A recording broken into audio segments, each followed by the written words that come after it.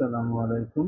আম আমার সবাইকে ধন্যবাদ এক্সাক্ট মেকানিজমের সাথে থাকার জন্য।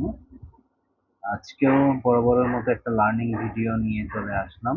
আ মূলত বিষয়টা হলো আমার বেশ কিছু ক্লায়েন্ট বা অনেক করদাতা আছেন, যারা আসলে মূলত যখন ই-রিটার্ন পোর্টালে রেজিস্ট্রেশন করতে যান তারা একটা কনফিউশন এ থাকেন যে আসলে তারা যখন পিন ওপেন করেছিল তখন যে মোবাইল নাম্বারটা ছিল সেই মোবাইল নাম্বারটা তার এখন নাই বা তার কাছে আম আ সেই মোবাইল নাম্বারটা এখন তার কাছে নাই অথবা আ আম সেই মোবাইল নাম্বারটাই জানা নাই যে কোনটা দিয়ে পিন ওপেন করেছিল। এক্ষেত্রে কি উনি ই-রিটার্ন রেজিস্ট্রেশন করতে পারবেন কিনা?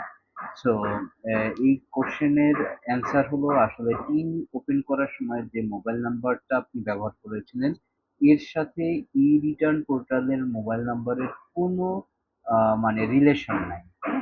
সো নট নেসেসারি যে আপনার ওই নাম্বারটাই হতে হবে। ই-রিটার্ন রেজিস্ট্রেশন করতে যে মোবাইল নাম্বারটা দরকার হবে সেটা অবশ্যই আপনার এনআইডি কর্তৃক ভেরিফাইড যেকোনো মোবাইল নাম্বার।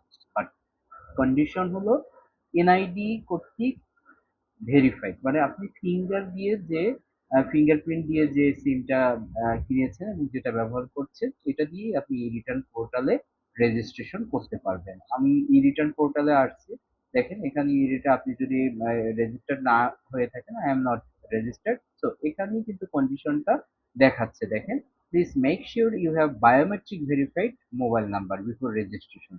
সো আপনার পিন ওপেন করার সাথে যে মোবাইল নাম্বার আর এই মোবাইল নাম্বারের কোনো সম্পৃক্ততা বা কোনো ইন্টার রিলেশন নেই। আশা করি আ আ আপনাদের কনফিউশনটা এই ভিডিও দেখার পরে ক্লিয়ার হবে। থ্যাংক ইউ সবাইকে।